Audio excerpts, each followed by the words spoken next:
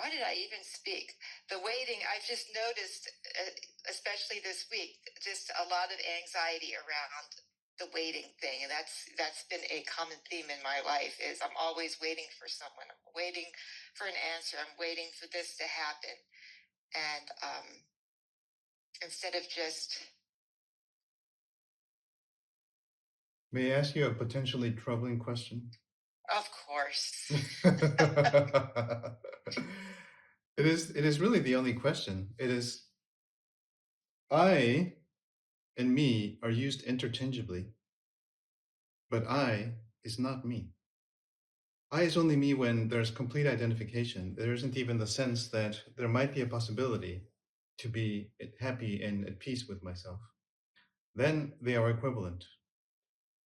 But once we have experienced, as we all have, a glimpse of who we truly are, then it could be different.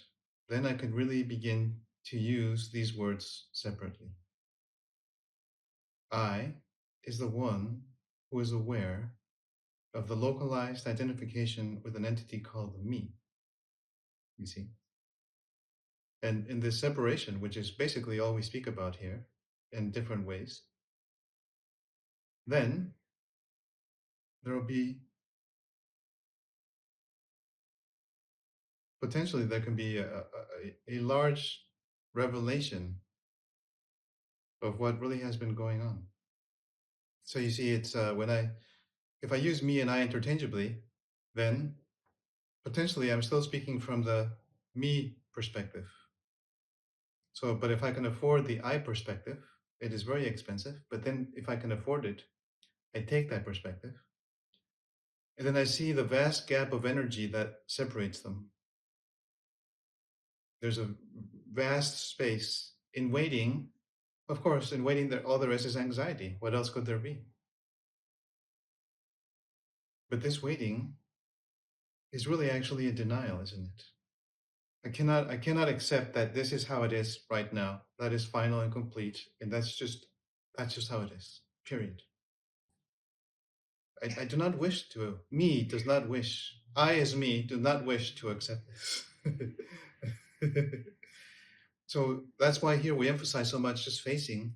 It's so ordinary. I just face my experience right now as it is. Right now. It is very expensive, but we can venture to afford it, you see. And we simply endeavor to afford it by, it's like taking a gamble, like, maybe I will not obey this tendency that I have identified with to resist in the form of waiting. In general, of course, me is waiting, it is anxiety, it is fear, it is anger. Me contains all of these things. But it's the waiting for the inevitable. He's going to die. He didn't face anything.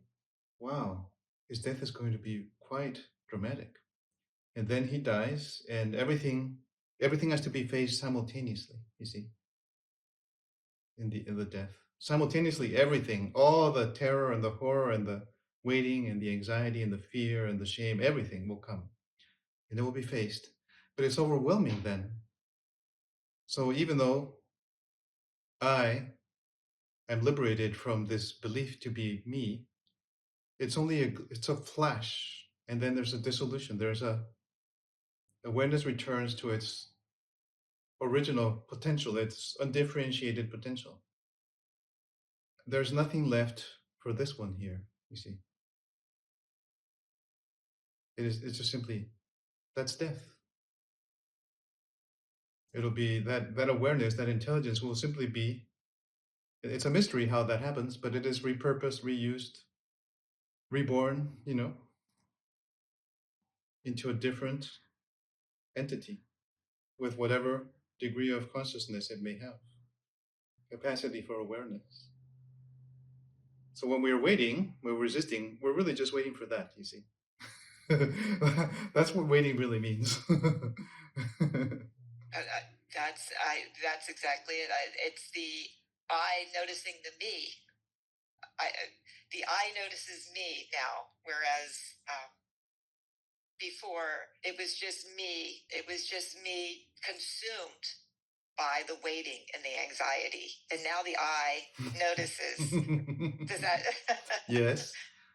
But in the transition from the one to the other, this is the key is, can I really notice this transition? I can be aware of it. And it's not really stored in some kind of a, it is stored locally as a memory in my nervous system, but there is a consent to which I is receiving this consent and say, yes, okay, I have a further connection to this one. You see, I will not, it doesn't forget. Yes. You notice the transition?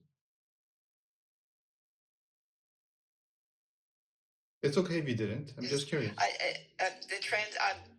The transition from I to me, from me to I, or Yes. the I is noticing the me, and sometimes the me just knows that the I notices, but doesn't want to, but I still want to identify with me. I don't. Does that make Yes. Wait. I still want to identify with me. So that tells us everything we need to know. We're all the same.